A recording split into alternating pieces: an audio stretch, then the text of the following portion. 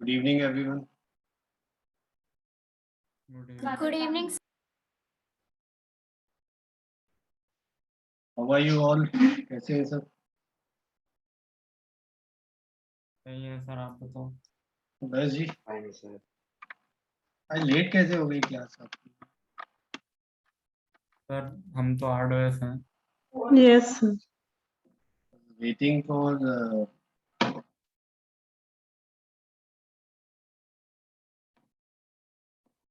to begin.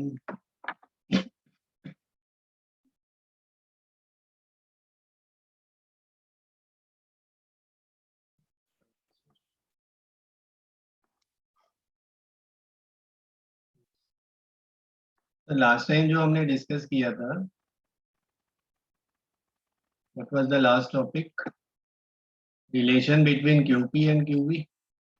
Sir आपने एकदम last में करा था, पर दोबारा करा रहा हूँ। अच्छा, क्लियर नहीं था? सर एकदम लास्ट वाला क्लियर नहीं था। न्यूमेरिकल या फॉर्मूला रिलेशन? तो मैं देख के बताता हूँ सर। हाँ बताओ।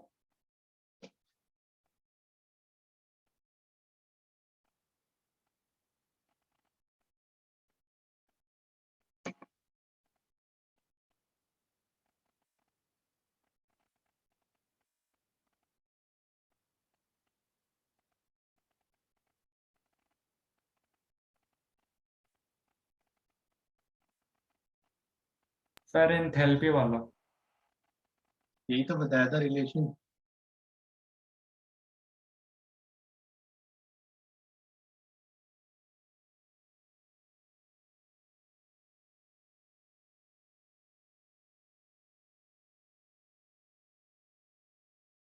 तो मैं राइट और हूँ?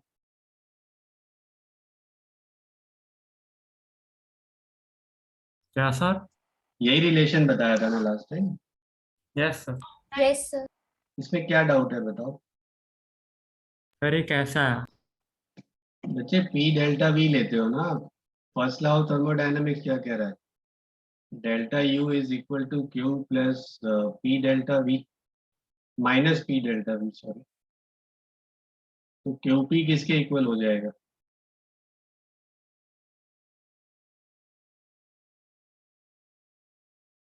यस और नो? Yes sir. और क्यू पी क्या होता है? डेल्टा एच होता है। तो can I write it as delta H is equal to delta U plus P delta V? Yes sir. P delta V को आप क्या लिखते हो? It means NRT। P V two minus P V one ना? Yes sir. P delta V is P V two minus V one. Yes sir. यहाँ पर P V two minus P V one. और आपके पास P V N R T होता है नहीं होता सर? होता है सर। तो पी वी टू किसके इक्वल हो गया? फाइनल स्टेट में जो मोल्स है N two R two. Yes sir. और पी वी वन किसके इक्वल हो गया? N1RT। यहाँ पर ये वैल्यूज डाल दो। पी डेल्टा वी किसके इक्वल हो जाएगा? N two minus N one R T. और N two minus N one को आपने क्या लिखा? गैसियस रिएक्टेंट प्रोडक्ट के टर्म्स में लिखिए। Okay sir. बाकी इस पे रिलेशन पे क्वेश्चन बनता है, जैसे मान लो नाइट्रोजन गैस लिया plus 3 hydrogen gas to ammonia. अब यहाँ पर डेल्टा एन जी क्या है? -2 है ना? Number of moles of gaseous products minus reactants. 3 + 1 यहाँ पर है। 4 मोल्स है, इधर 2 मोल्स है। 2 - 4 कितना हो जाएगा? -2। इसका मतलब डेल्टा एच का वैल्यू हो गया आपका डेल्टा यू -2 आर टी। तो delta H would be less than delta U ना,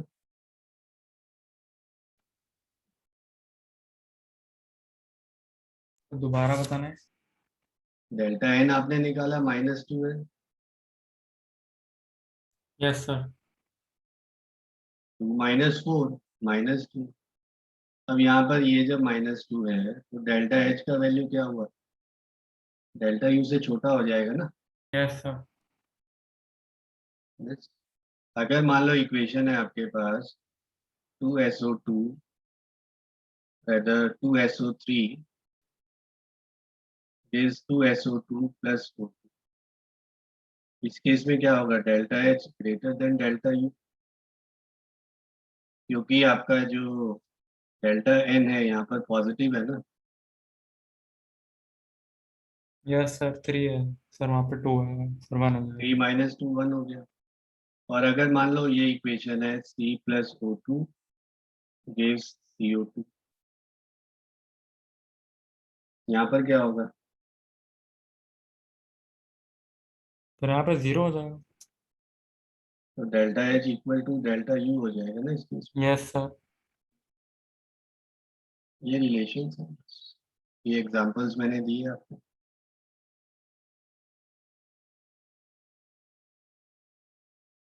यस और नो, यस सर। कोई और डाउट है बताओ।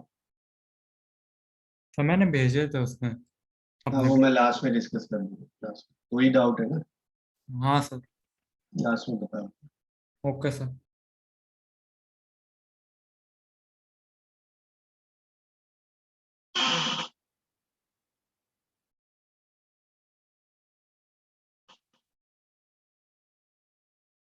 अच्छा नेक्स्ट जो है आपके पास टॉपिक है, how do we find delta U और डेल्टा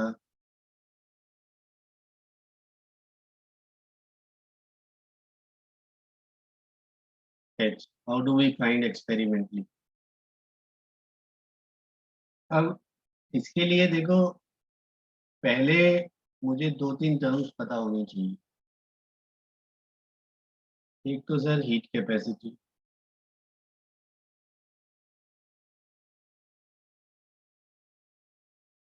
क्या होता है हीट कैपेसिटी,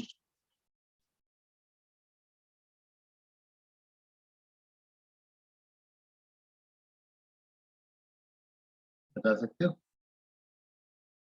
सर नहीं पता।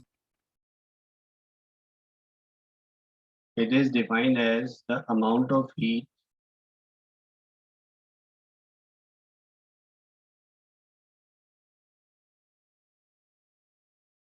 required raise the temperature of a substance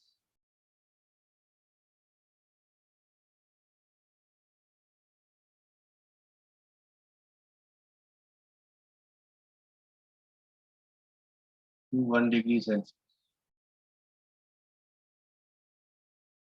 किसी भी सब्सटेंस है, एल्यूमिनियम लिया या वाटर लिया आपने, 1 डिग्री राइज करने के लिए जो हीट रिक्वायर्ड है उसे हमने क्या कहा, heat capacity. It is extensive property, क्योंकि अमाउंट पे डिपेंड करेगा। I give you an example. Suppose you have 100 ml of water and you have 500 ml of water. दोनों केस में अगर आपको 1 डिग्री राइज करना है तो किस केस में ज्यादा हीट रिक्वायर्ड होगी, 500 में। 500 ml या 500 ग्राम। तो अमाउंट पे डिपेंड कर रहा है ना ये वैल्यू। यस सर, ज्यादा अमाउंट होगा Yes. तो ज्यादा हीट। अच्छा, इसको हम रिप्रेजेंट करते हैं सी से। तो अगर आपको क्यू निकालना हो, हीट रिक्वायर्ड है, that would become C delta T. क्या सर? अगर आपको मान लो एक बॉडी है, उसका हीट कैपेसिटी सी आपको गिवन है, टेम्परेचर आपको रेज करना है 5 से 15 डिग्री, तो कितना डिग्री राइज किया आपने, 10 डिग्री। Yes sir. तो हीट कैपेसिटी तो 1 डिग्री के लिए है, multiplied by rise in temperature लोगे ना, total heat required, yes sir. ये मतलब हुआ। तो इसके उसमें अलावा डेल्टा टी क्यों लिखा है? हाँ, डेल्टा टी क्यों लिखा है? T2 माइनस T1 के लिए सर और सी वो है जिससे हम मल्टीप्लाई करेंगे। हीट कैपेसिटी है ना, ऊपर लिखा तो है सिंबल। अच्छा अच्छा ओके सर। इसके बाद नेक्स्ट आया आपका specific heat capacity.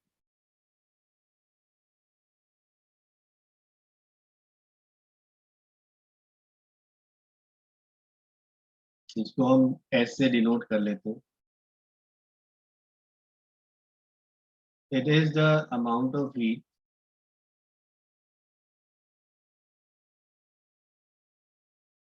needed to raise the temperature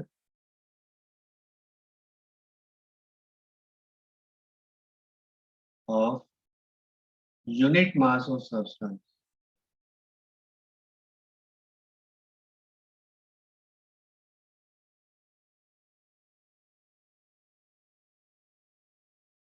to 1 degree Celsius।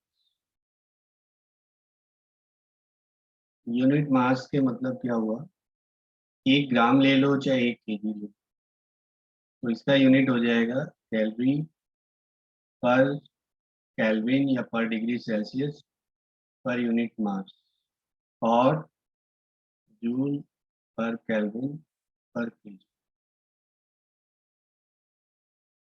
ये ऐसा यूनिट हो गया, ये कैलोरीज में हो। सर ये इंटेंसिव प्रॉपर्टी हो जाएगी ना।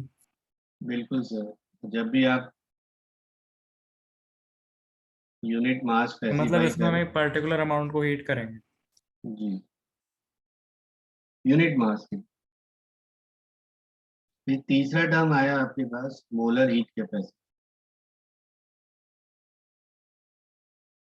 अपने आप लिख लोगे डेफिनेशन। सर 1 मोल को करना होगा। जी, बजाय यहाँ पर यूनिट मास के 1 mole of substance through 1 degree Celsius लिखिए अपने आप।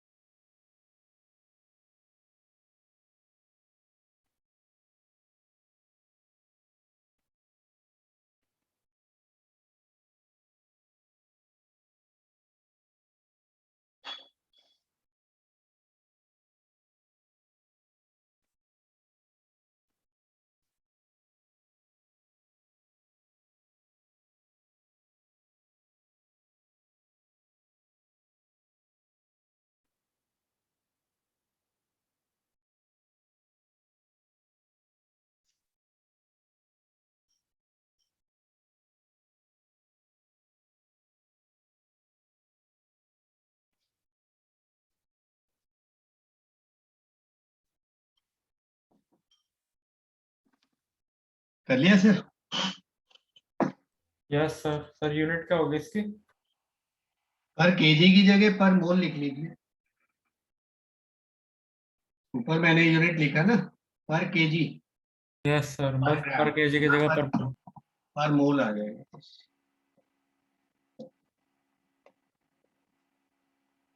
अब जैसा मैंने सर पहले बताया आपको,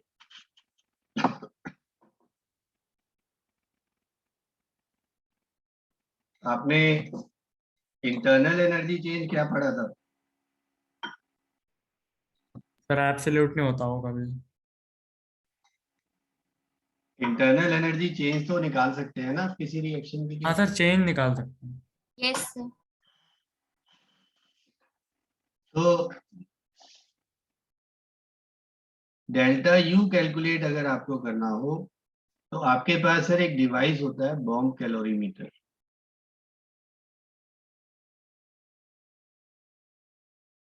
what is bomb calorimeter basically, यहाँ पर सर एक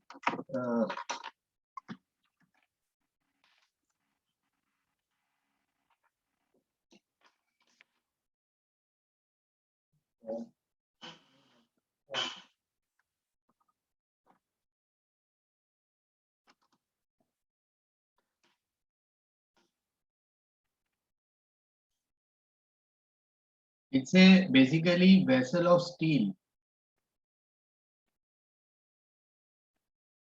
डायग्राम से मैं कोशिश करता हूँ बनाने की, बट एक बार बुक से देख लेना। एक स्टील कंटेनर है बेसिकली, और इसमें सर ये एक इनलेट होता है ऑक्सीजन के लिए, और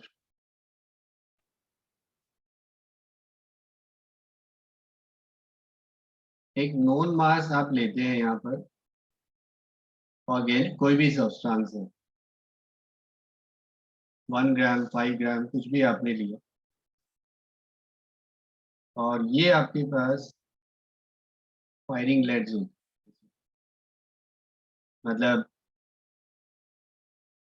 कंबशन के लिए आपने यहाँ पर स्पार्क पास किया, ये जो सब्सटेंस है ये कंबशन होगा इसका ऑक्सीजन की प्रेजेंस में, तो हीट जो प्रोड्यूस होगा वो सराउंडिंग आपके पास यहाँ पर सर वाटर लिया होता है।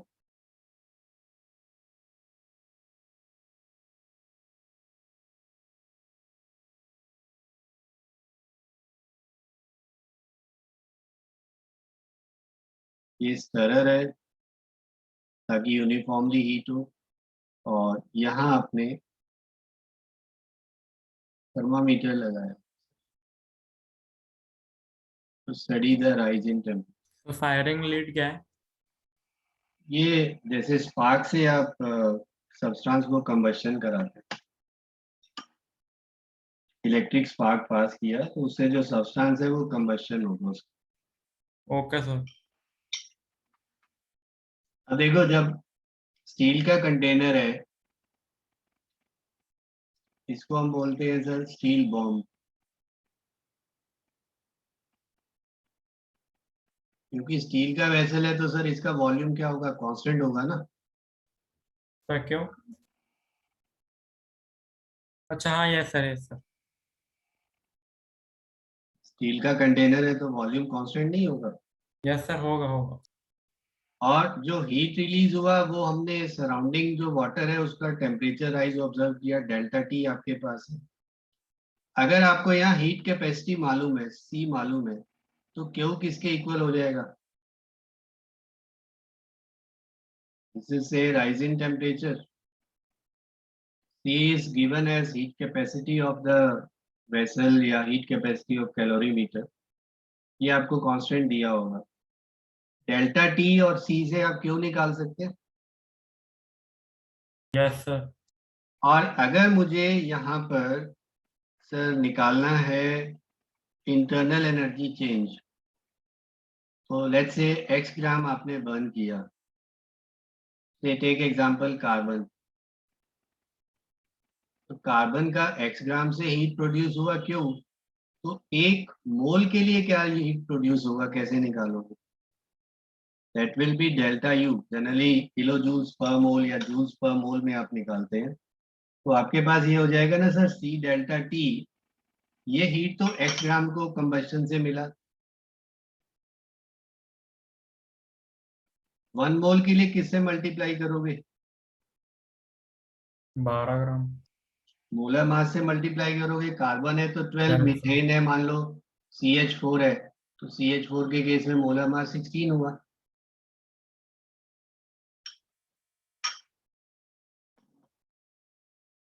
ये आपको क्या देगा, delta U, which is in kilojoule per mole या जूल पर मोल, और मे बी कैलोरी पर मोल, कोई भी यूनिट आप ले सकते।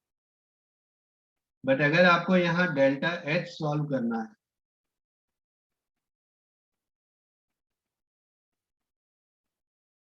डेल्टा एच के लिए आपने क्या करना है, ये सर जो भी लैब में आप प्रोसेस करते हैं एटमॉस्फेरिक प्रेशर पे ही होता है ना। Yes sir. Yes, sir.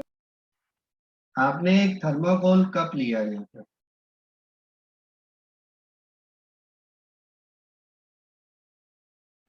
Thermocol cup usually आप जैसे देखा हो आपने, मिल जाता है तो इजीली।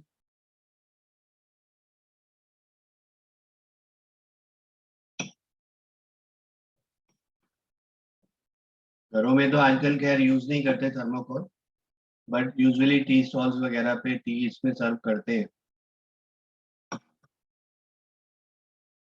जानते हो ना थर्मोकोल?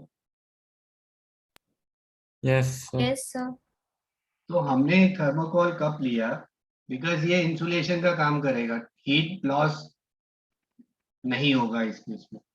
और यहाँ कोई भी रिएक्शन आपने स्टडी किया, जब रिएक्शन आप स्टडी कर रहे हैं, आपने यहाँ टेम्परेचर ऑब्जर्व किया, कितना टेम्परेचर चेंज हुआ, थर्मोमीटर डाल दिया इसमें और डेल्टा टी ऑब्जर्व किया।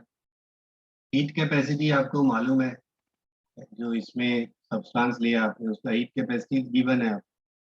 अब प्रेशर क्योंकि यहाँ पर एटमॉस्फेरिक प्रेशर है, कांस्टेंट है, तो जो भी हीट चेंज होगा वो किसके इक्वल हो जाएगा?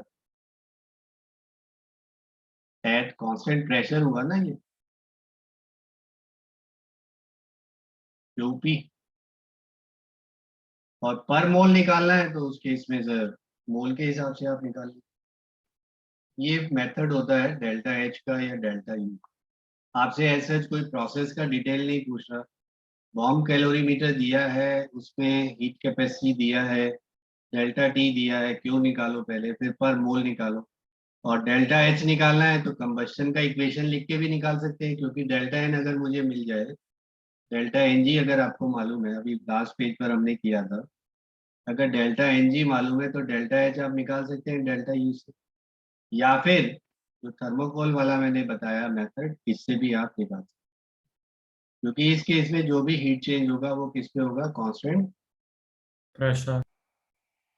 प्रेशर पे होगा। नोट कर लेंगे।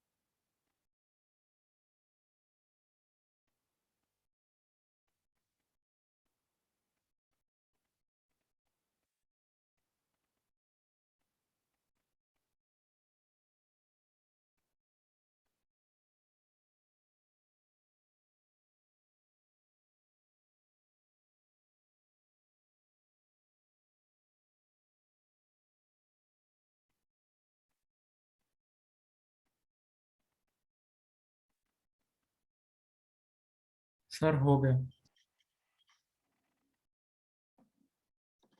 ओके जी। सर जी सर सर मतलब सर थर्मोडायनामिक्स की सर एक्सरसाइज में ज्यादा क्वेश्चन तो दे नहीं रखे, तो स्कूल लेवल पे ज्यादा इंपॉर्टेंट नहीं है क्या थर्मोडायनामिक्स? सर, मैं आपको न्यूमेरिकल्स का एक पूरा पैकेज दे देता हूँ, करो उसको। ठीक है सर।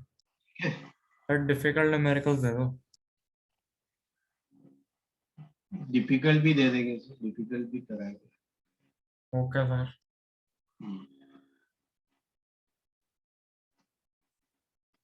एनसीईआरटी में कम दिए हैं, मानता हूँ इस बात।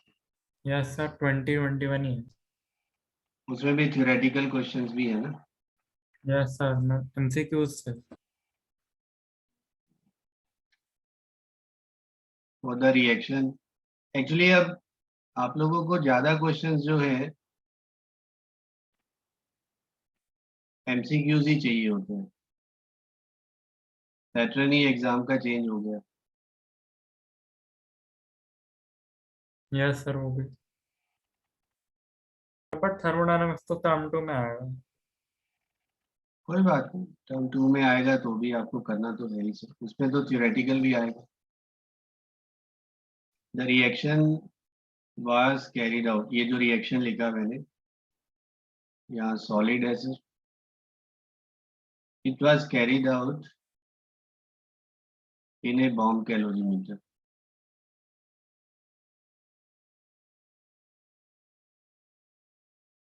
And the heat release was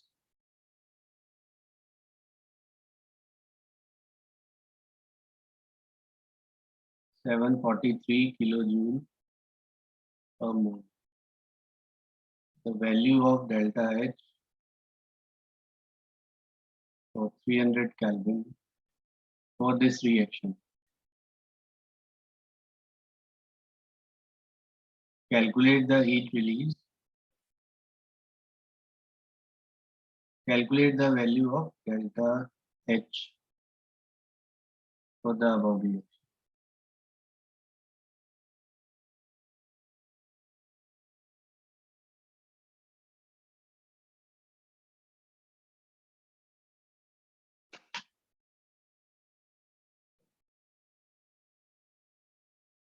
sir वो 743 है। हाँ जी 743।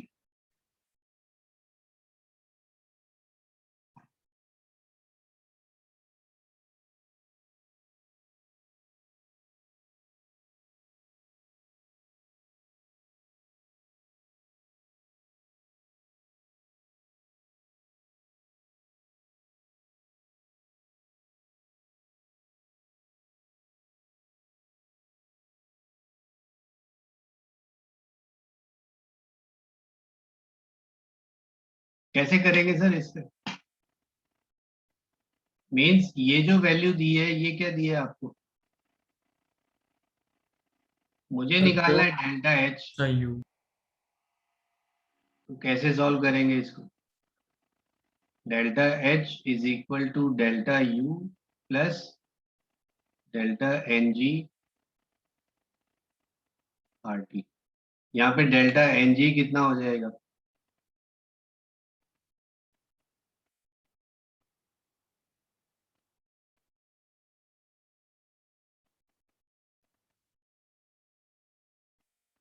सर एक मिनट, कितना होगा? सर सर माइनस में होगा क्या? -1/2। Yes sir.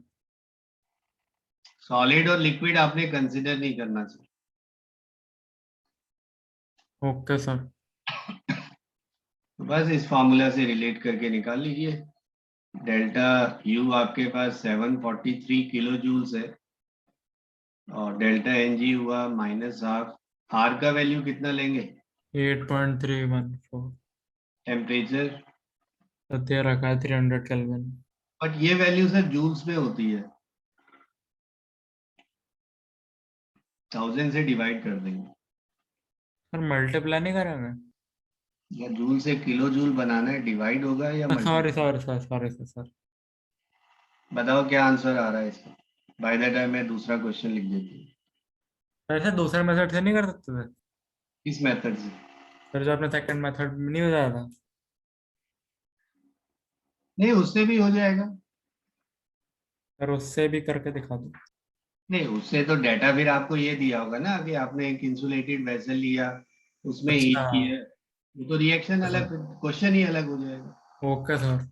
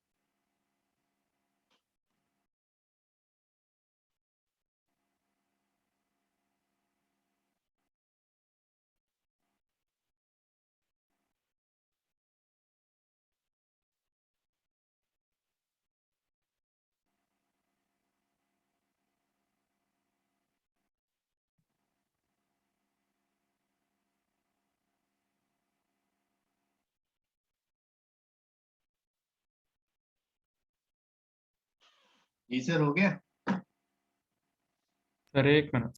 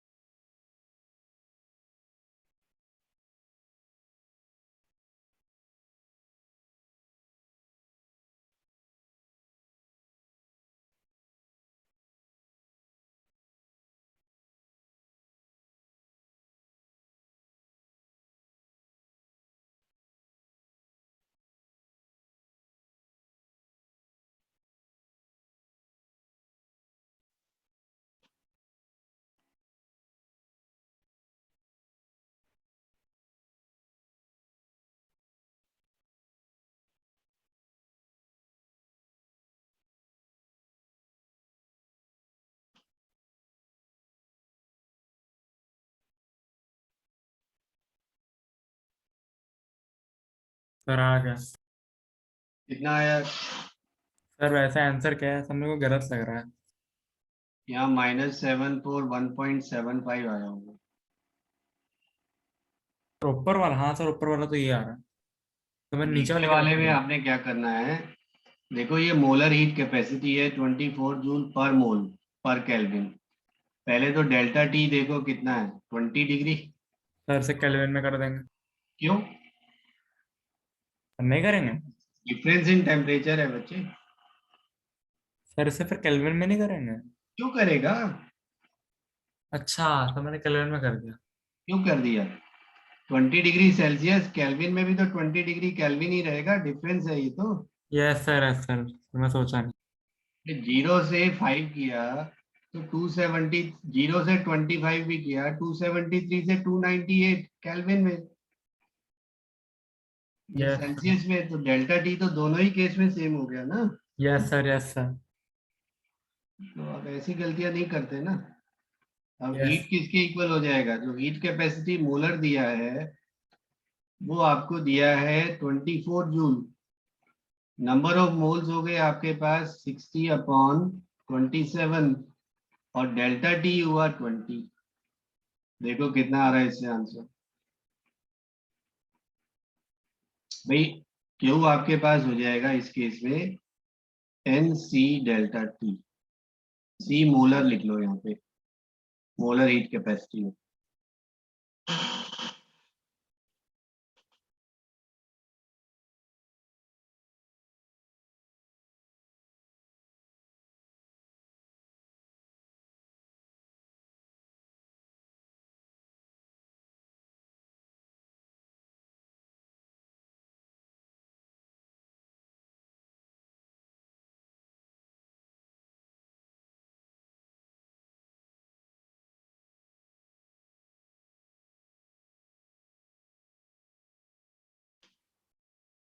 बताओ कितना आ रहा है इसका आंसर।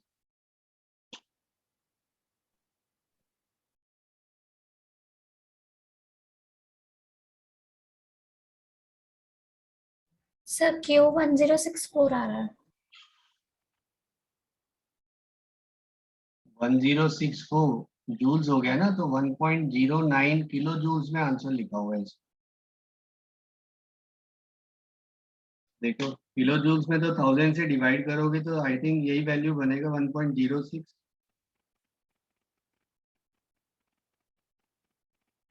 Yes sir.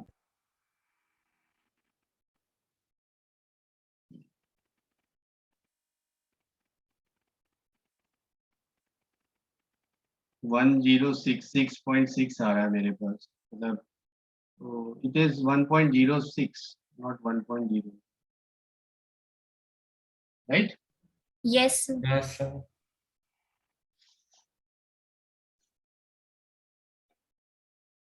सर ये गलती नहीं करनी है ऐसी कि सर इसमें केल्विन में कन्वर्ट किया।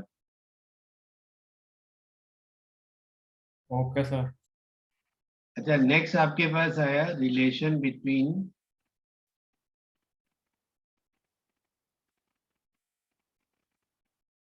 CP and CV.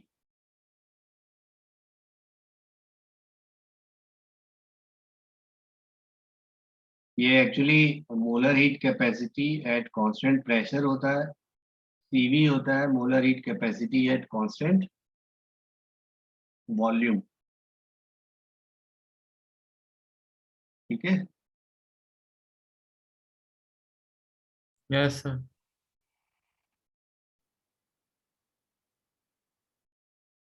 Sir CP heat capacity at constant pressure है और CV constant volume. Capacity at constant volume, sir ये molar heat capacity at constant volume. अच्छा ओके। अब देखो डेल्टा यू तो heat change at constant volume होता है ना, यस सर। तो आप इसको N C V delta T लिख सकते हो। एन नंबर ऑफ मोल्स, ये एक मोल के लिए एन मोल्स के लिए एन हो जाएगा ना, N C V delta T. और डेल्टा एच किसके इक्वल हो जाएगा, N C P delta T.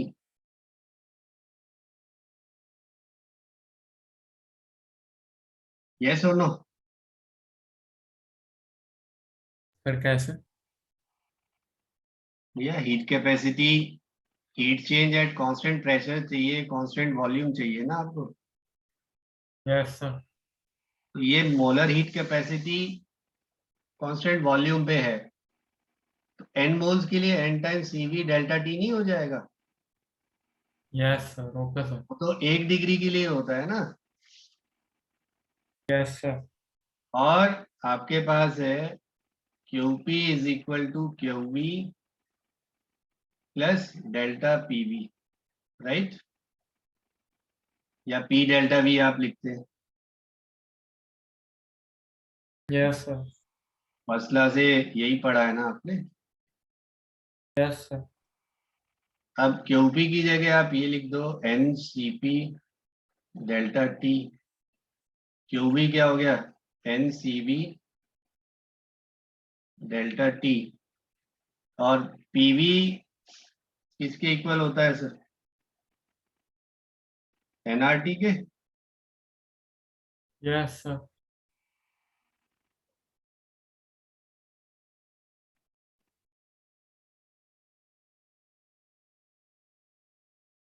Yes sir NRT के इक्वल होता है।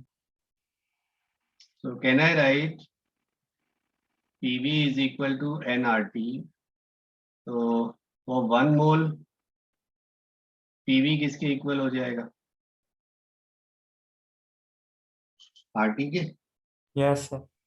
और यही equation for 1 mole you will have Cp delta T, Cv delta T plus delta PV की जगह डेल्टा आरटी रख सकते हैं। ये फर्स्ट है, ये सेकंड है, ये आपने फर्स्ट क्लास से थर्ड इक्वेशन बनाया।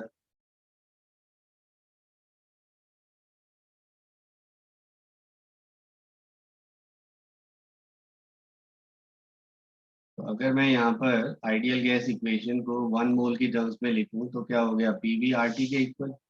तो यहाँ भी आप नंबर ऑफ मोल्स एन की जगह क्या लिखेंगे, 1 लेंगे ना।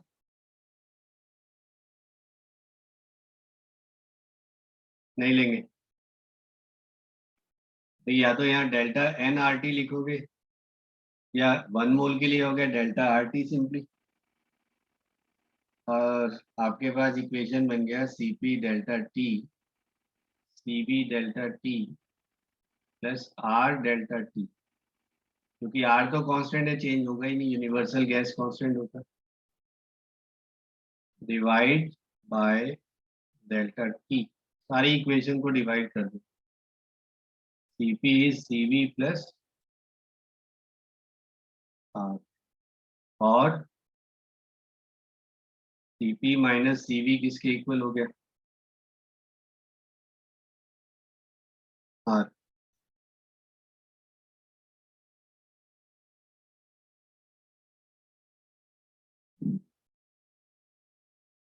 ठीक है, बताओ कोई स्टेप नहीं समझ आया? एक बार दोबारा बता दो थोड़ा सा। यस सर, ठीक से समझ में नहीं आया। थोड़ा आप फास्ट। मेरा प्रीवियस पेज पे जाऊंगा मैं एक बार। आपने ये रिलेशन लिखा है ना, Q is C delta T, yes yes sir. Heat capacity into delta T. अब अगर ये 1 मोल के लिए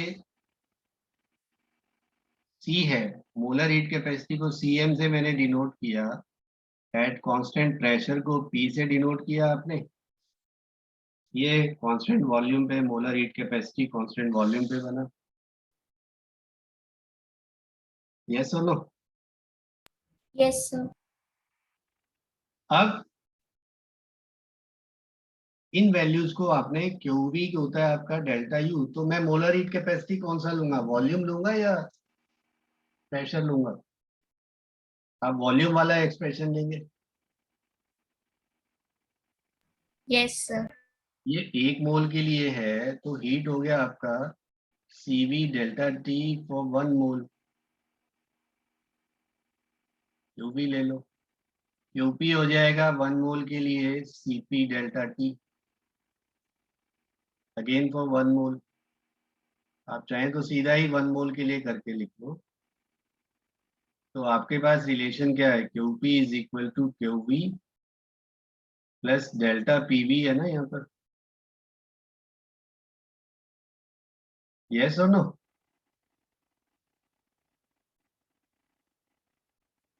तो आपने रिलेशन पढ़ा है ना बच्चे पीछे, फर्स्ट लॉ ऑफ थर्मोडायनेमिक्स से। Yes sir. और 1 मोल पीवी किसके इक्वल है, आरटी के। तो आप इसी इक्वेशन को लिख लो, क्यूपी की जगह आपने लिखा सीपी डेल्टा टी, क्यूवी की जगह सीवी डेल्टा टी, और डेल्टा पीवी की जगह क्या बना, R delta T divide by delta T.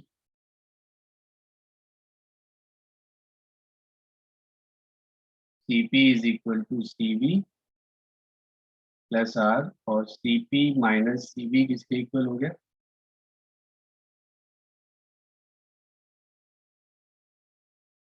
बोलो?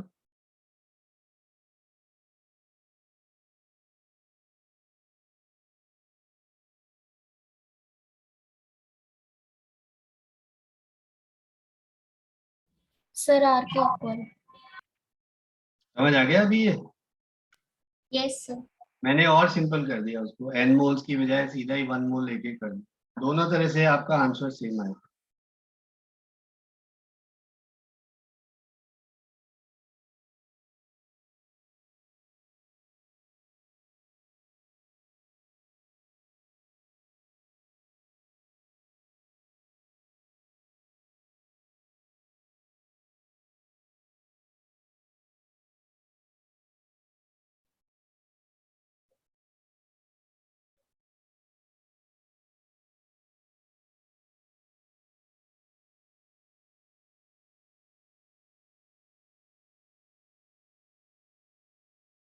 अब इसके बाद जो नेक्स्ट टॉपिक है,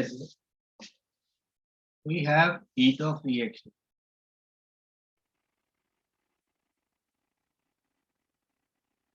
Also, we can call it as enthalpy of reaction.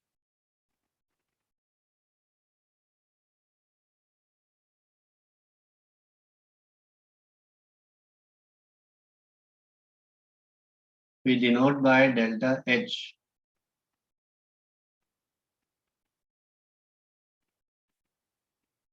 So far you know sir, दो टाइप का रिएक्शन होता है, एक एक्सोथर्मिक और एक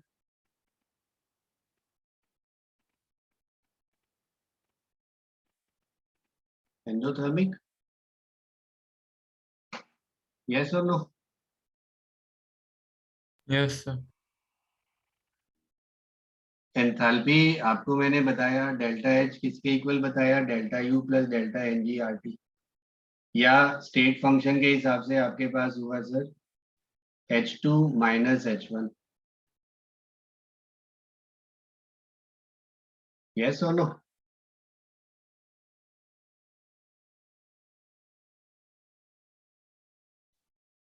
Yes, sir.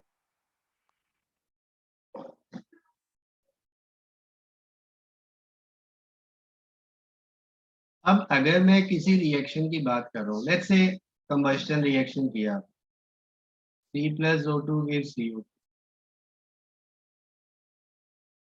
अब जनरल अगर मैं रिएक्शन की बात करूं, reactant gives you P for product. मतलब ये आपके पास क्या बना, final state. And what is R here?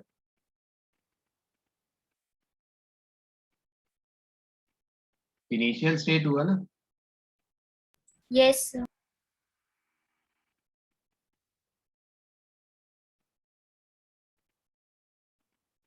तो अगर आपके पास बच्चे डेल्टा H आपको निकालना है, can I right HP minus HR?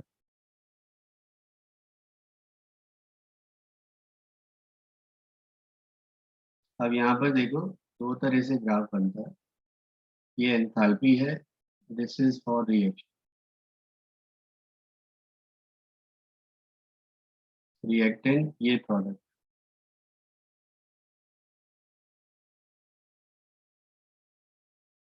एक ग्राफ आपका ये बना, रिएक्टेंट ये प्रोडक्ट, ये एंथैल्पी, ये progress of reaction.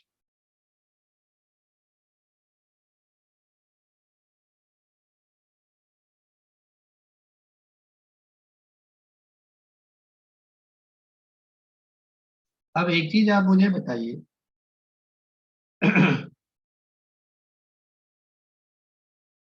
which of the two graphs is for exothermic? Can you think and answer?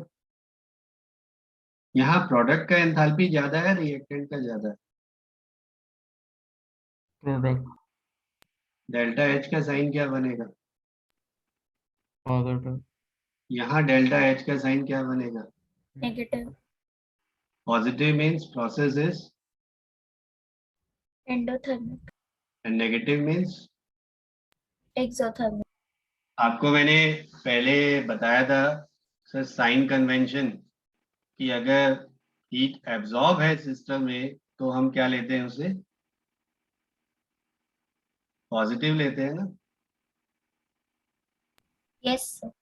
And heat release in A reaction in A system is negative.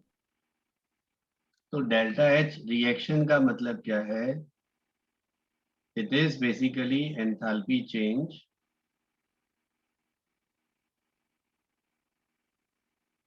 when number of moles as specified in the reaction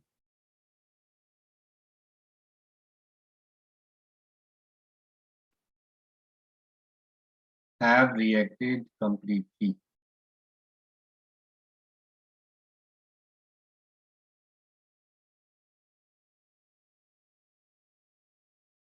जो भी reaction हमने लिखा, let's say gaseous oxygen CO2 gas बना carbon की combustion से, यहाँ delta H आपको दिया है -393.5 किलो जूल पर मोल.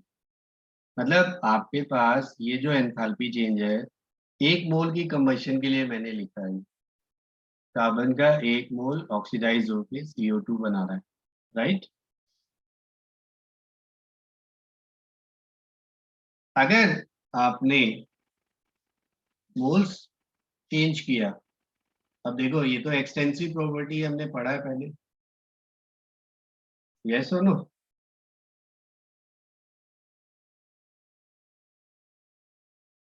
Yes, sir. तो अगर आप इक्वेशन को 2 से मल्टीप्लाई करें तो वैल्यू जो डेल्टा एच है वो सेम रहेगा या चेंज हो जाएगा?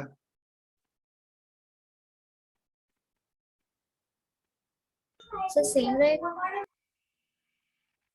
नंबर ऑफ मोल्स डबल किया, मान लो 2 से मल्टीप्लाई किया इक्वेशन, तो डेल्टा एच को भी तो 2 से मल्टीप्लाई करेंगे हम। Yes, sir. एक्सटेंसिव का मतलब तो यही हुआ कि मोल्स पे डिपेंड कर रहा है। यस और no? Yes, sir.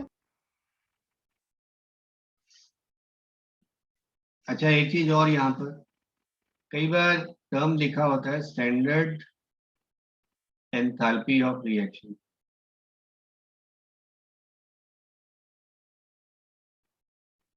Standard enthalpy means enthalpy change for a reaction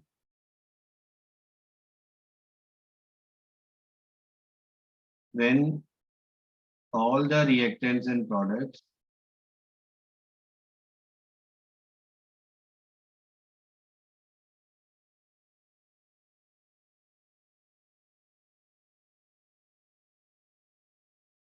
are in their standard state. Standard state होता है स्टेबल स्टेट एट 1 बार प्रेशर। अब यहाँ पर sir standard state most cases में हम क्या लेते हैं? 298 केल्विन एंड 1 एटमॉस्फेयर।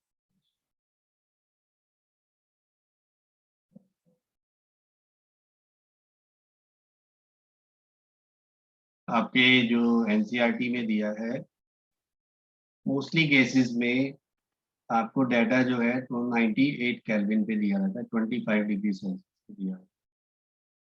तो हमें यहाँ पर बच्चे स्टैंडर्ड एंथैल्पी ऑफ रिएक्शन के केस में यही वैल्यू को हम लिखते हैं डेल्टा एच आर, या एक डॉट लगा दें। दैट मीन स्टैंडर्ड स्टेट में हमने लिखा। Although standard state never means कि सर हमेशा ही 298 होगा। स्टैंडर्ड स्टेट का मतलब सिंपली होता है कि जिस टेम्परेचर पे सब्सटेंस प्योर स्टेट में एग्जिस्ट करे। भाई आयरन है, आयरन के केस में 500 केल्विन होता है प्योर स्टेट के लिए 1 एटमॉस्फेयर, तो इसका स्टैंडर्ड स्टेट 500 केल्विन होगा। तो हमें ये चीज याद रखनी है। ऑल्दो प्रैक्टिकली जो डाटा जो भी दिया होगा आपको 298 पर ही दिया होगा, तो हमें 290 के 8 के हिसाब से ही डाटा से सॉल्व। अब बात करते हैं सर कि एंथैल्पी ऑफ रिएक्शन, रिएक्शन की टाइप क्या है। जैसे अगर मान लो मैं ऊपर जो रिएक्शन लिखा कंबस्शन लिखा, एसिड बेस आपने मिक्स किया न्यूट्रलाइजेशन हुआ, आपने किसी एलिमेंट की फॉर्मेशन लिखी, तो according to the type of reaction हम उसको स्पेसिफिक नाम देते हैं।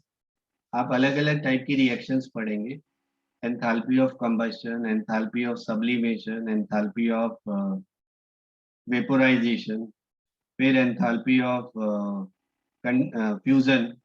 तो अलग अलग रिएक्शन टाइप के लिए हम अलग अलग नाम यूज करते हैं। जैसे मैं पहले सबसे सिंपल बताता हूँ आपको, फेज चेंज। फेज चेंज का मतलब सॉलिड से लिक्विड या लिक्विड से गैस या सॉलिड से गैस। तो यहाँ पर बच्चे 3 डेफिनेशन आती है। एक हुआ एंथैल्पी ऑफ फ्यूजन। क्या मतलब हुआ? Enthalpy change when 1 mole of solid changes to liquid at its melting। भाई आपने आइस लिया, melting of ice. Melting point क्या होता है आइस का?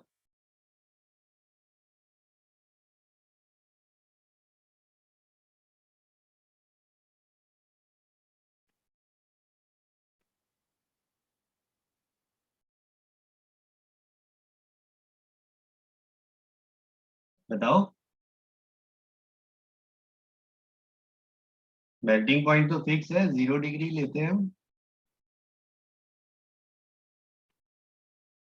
Yes sir. Yes, sir. Likewise, enthalpy of vaporization, enthalpy change when 1 mole of liquid changes to vapor at its boiling point.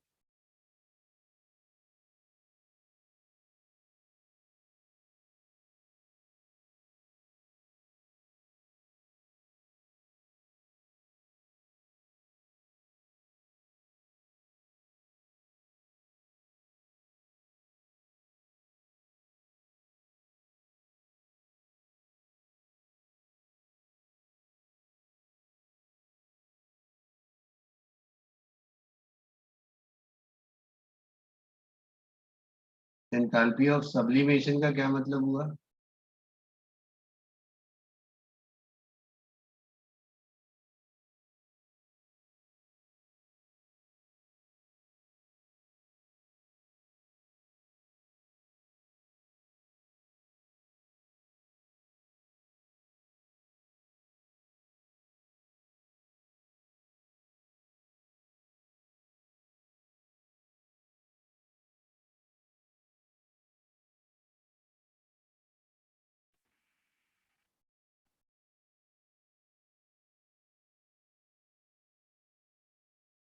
Solid directly changes to vapour, तो sublime का example आप CO2 का ले लीजिए। ड्राई आइस क्या होती है? Solid CO2 होता है ना। Yes, sir. ऐसे ही आयोडीन है, कैम्फर है, ये भी सब्लाइम करते हैं। तो जो भी एंथैल्पी चेंज होगा वो आपका क्या कहलाएगा? Enthalpy of sublimation. उनकी वैल्यूज आपको याद नहीं रखनी, ऑल्दो एनसीईआरटी में दिया होगा, आप बेशक वहां से नोट कर लेना, but you don't have to learn these values.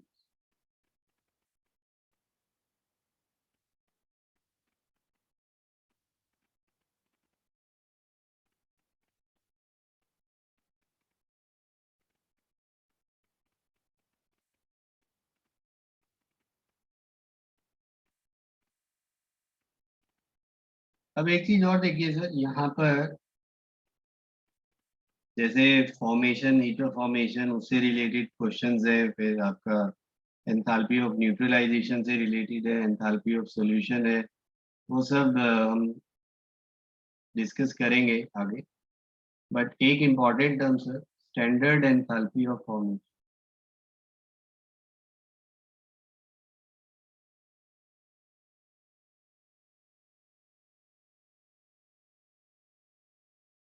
delta H formation standard.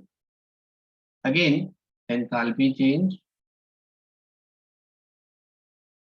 when 1 mole of a substance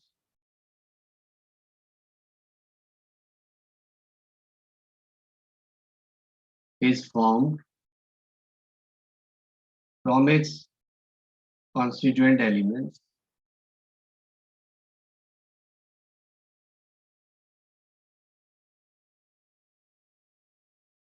in their standard state.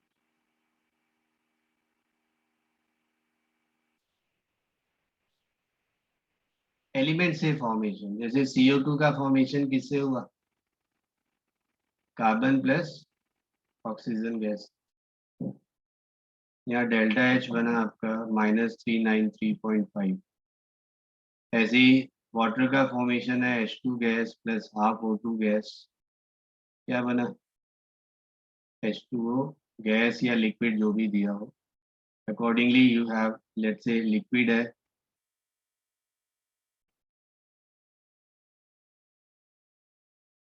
Liquid के केस में ये वैल्यू -298 किलो जूल पर मोल होता है। तो आपको फॉर्मेशन का मतलब ही है कि एलिमेंट से फॉर्मेशन, ऐसा नहीं कि आपने CaO plus CO2 gives CaCO3। We cannot say this is enthalpy of reaction, not enthalpy of formation। क्यों? ये जो सब्सटेंस मैंने लिया, क्या ये एलिमेंट्री स्टेट है उनकी? No sir. These are the compound themselves. तो अगर मुझे इसका फॉर्मेशन लिखना है, calcium plus carbon plus 3/2 O2, क्या दे रहा है आपको? CaCO3। This will be called enthalpy of formation. तो स्टैंडर्ड वैल्यूज अगर आपको दी हो, इसका एक बहुत इम्पोर्टेंस है, सिग्निफिकेंस है। We have delta H for a reaction given by summation of standard enthalpy of formation of products multiplied by their coefficient minus summation of standard enthalpy of formation of reactants. I give you an example. Sir आपने note कर लिया ये? Sir एक minute.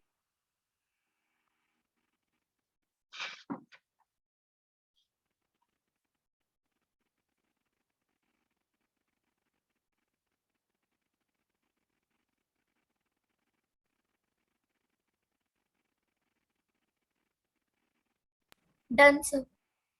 Okay. Let's say I write it as benzene plus oxygen 6CO2 plus H2. अब इस case में 15/2O2। Let's say this is X। Elements के लिए जो एलिमेंट्री सब्सटेंस है उनके लिए 0 होता है वैल्यू, ये Y, ये Z। अगर मुझे यहाँ डेल्टा H रिएक्शन निकालना हो, these are standard enthalpy of formation, तो आप क्या करेंगे? इसको प्रोडक्ट्स का वैल्यू Y है, पर मोल होती है ये वैल्यूज, तो हम कैसे निकालेंगे? 6 × Y 3 × Z ऐड किया, माइनस क्या किया आपने? रिएक्टेंट्स का एंथैल्पी ऑफ फॉर्मेशन। ये वैल्यूज आपको दी होंगी क्वेश्चन में, और उसके बेस पे मुझे क्या निकालना है? Standard enthalpy of reaction.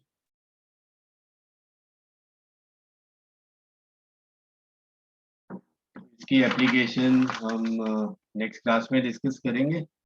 अभी आपके जो डाउट्स हैं मैं ऐसा जल्दी से बता देता हूँ।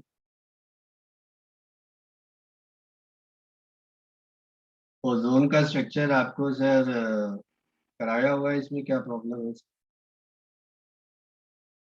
एक मिनट को खोलने दो। हाँ जी, यस सर। ओजोन का स्ट्रक्चर तो ये होता ही है सर, प्लस माइनस, ये कोऑर्डिनेट बॉन्ड का फॉर्मल चार्ज के बेस पे। मुझे रीजन वाला पार्ट समझ में नहीं आया। यार ऑक्सीजन मैक्सिमम जो कोवेलेंट बॉन्ड बनाता है 2 ही बनाता है ना, 3 बना सकता है ज्यादा से ज्यादा, 4 बॉन्ड तो ऑक्सीजन बना ही नहीं सकता ना। Yes sir. तो जो रीजन दिया हुआ है, जो स्ट्रक्चर रीजन में दिया हुआ है, दिस इज नॉट अलाउड। इसमें क्या दिया है आपको? यहाँ पेयर, यहाँ 2 पेयर, यहाँ 2 पेयर।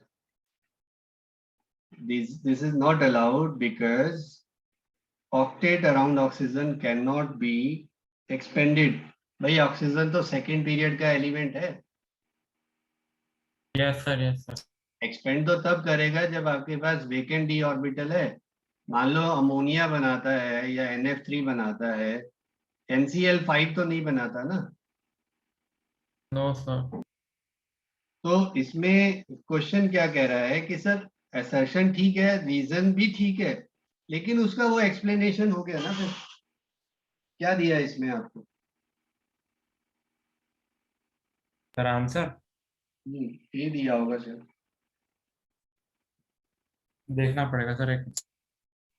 देख लो। दोनों ही ठीक है, बट करेक्ट रीजन नहीं, ये मतलब उसका रीजन सही नहीं है पहले असर्शन का स्टेटमेंट ट्रू। रीजन सही नहीं है ना, बी दिया होगा इसको। Yes sir.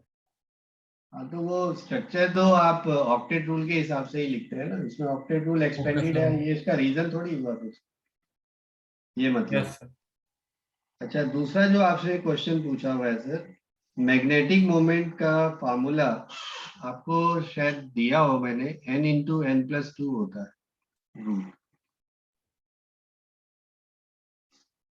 दिया था ये तो शायद नहीं दिया था। एटॉमिक स्ट्रक्चर में दिया होगा, n into N plus two. Atomic structure का सर पता नहीं, लेकिन केमिकल बॉन्डिंग में तो नहीं। नहीं, एटॉमिक स्ट्रक्चर में ये बताते हैं n is number of unpaired electron. तो अगर मान लो एक अनपेयर्ड इलेक्ट्रॉन है, 1 इंटू थ्री हो गया ना, यस सर। 1.73। तो एक अनपेयर्ड इलेक्ट्रॉन देख लो किसमें है, तो सर वो तो देख लेंगे सर। तो देख लेंगे ना। Yes sir. इसमें मुझे जो समझ आ रहा है सर, ऑप्शन ए होगा, O2 माइनस और O2 प्लस, ए ऑप्शन बनेगा। Okay sir. क्योंकि O2 माइनस में भी एक अनपेयर्ड इलेक्ट्रॉन होता है, प्लस में भी एक ही होता यस सर। है। ऑक्सीजन में दो होते हैं, O2 माइनस टू में जीरो होता है, वो आपको बताया होगा। Yes sir. चलिए, सर प्लीज स्लाइड्स भेज देना। स्लाइड्स भेज दे, मैंने तो सेव नहीं किया। सर अब कर दो। अब कर देते हैं जी, भेज दूंगा सर, कर दिया okay sir. Sir, thank you sir, good night. Thank you, sir. Good night जी, गुड नाइट।